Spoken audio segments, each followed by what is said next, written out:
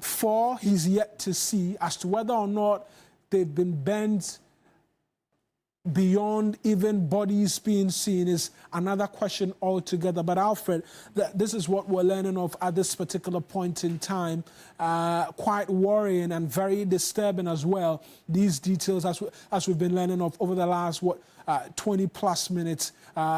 We can say an hour because we broke that news on News Central as well, Alfred.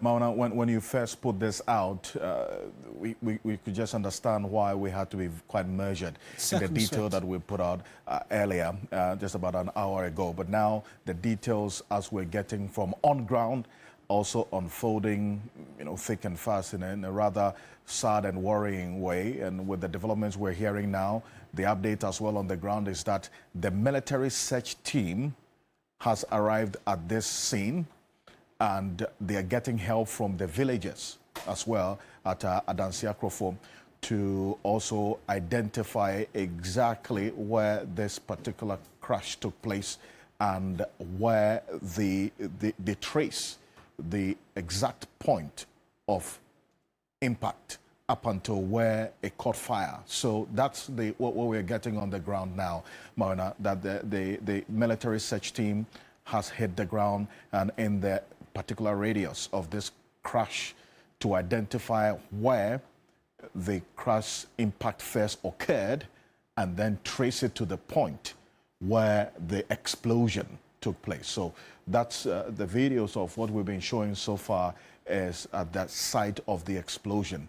But they also reckon that this impact actually did take place at some point, and then the final destination of that explosion as well. So they're doing the trace, and then this is what the military search team is on as we speak. But they write about something that you indicated earlier, that this brings to the fore the bigger conversation about the military and then also the kind of equipment, maintenance and other things that as well that we have been talking about over the period.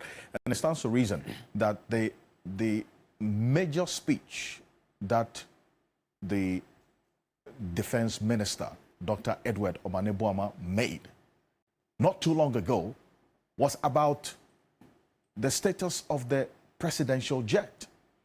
And he gave a very worrying picture and development as far as the presidential jet is concerned. And in fact, some security analysts had described this presidential jet in its current state as a flying coffin, right? And then it brought to question how the measures that have been put in place to review the status, and then also when we talk about the flying accuracy and how all of that has to be put in place to ensure that persons who are using all these equipments and other accoutrements that are available and also ready for use by the military are within shape. And that stands to reason that we would have to also tarry a little while to see what would be or become of the preliminary investigation detail as far as we do know from the military chiefs as we're hearing now who are at the presidency. Now, Marina, you talk about the countenance, the demeanor of the people. As we showed from the presidency, the minister in charge of government communications, Phyllis Kwatchofosu, would clearly given us that sense of hesitation of they even wanting to go on mic. It was quite distraught. Absolutely. And then you had other persons within the presidency as well who pulled them away. And so the arrival of these military chiefs at the presidency also sends a certain signal. Absolutely. Right? And that we cannot discount. So we cannot, and we're not also saying that if it was just the military personnel who were on board that helicopter, there wouldn't be this kind of assembly. I'm sure that doesn't immediately come up at all. Absolutely. Because I mean the concern is the crash which has happened, the persons on board, and also like I appreciate the fact that you brought in the status of the presidential jet amongst many other things. It will come up in the coming days, this conversation as to the status of all of these other flying equipments that we have in our fold as a nation, amongst many other things. But on your screen as well, Alfred, is the Adansia Crofrom area where this crash is expected to have happened at. And with the fresh details you were bringing to us that it went on for a while before it eventually landed, that seeks to corroborate as well the eyewitness account that was provided to Ibrahim Abubakar by the residents. That because they mentioned that the chopper was flying at very low altitude, and a lot of them who spoke to Ibrahim say they were surprised at the altitude at which the chopper was flying. And these fresh details you're bringing to us as well. And so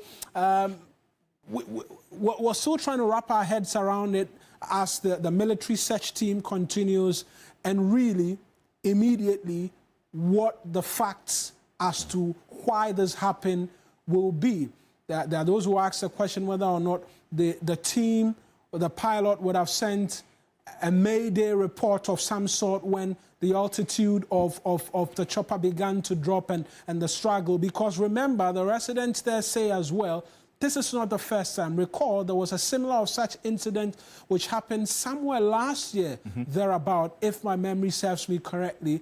There wasn't this level of fatality, and now we're seeing this as well. And so you ask the question, what is it about this area as well, which has seen two of such incidents happening within the space of a year or two as well? It's interesting you make reference to what happened last year, because the last year incident, the chopper involved did not explode. So it's about the impact and how it landed in these two situations. If you juxtapose the two, last year and what's happened now, the difference is how the two helicopters landed. This area, from our search and the information that we have, is a mountainous area. And in most cases, reason why you would have the residents or the people who live there expressing shock and surprise at how low the altitude of this that's the helicopter that has crashed now, was flying before the impact, is because in most cases when you're flying over these mountainous areas, you don't come that low, unless, of course, you intend to land at a particular location over there. What we're showing you right now on the screen is this Google Earth image of this area. It's a typically mountainous and green area, and the residents there are mostly farmers involved in farming as well, and some mining as well in that particular Adansia Crofrom area. And now the indication that we're getting from the people on the ground is that although the military search team has arrived there, they are relying on the knowledge of the residents from the area. Of the area who observed how low the altitude of this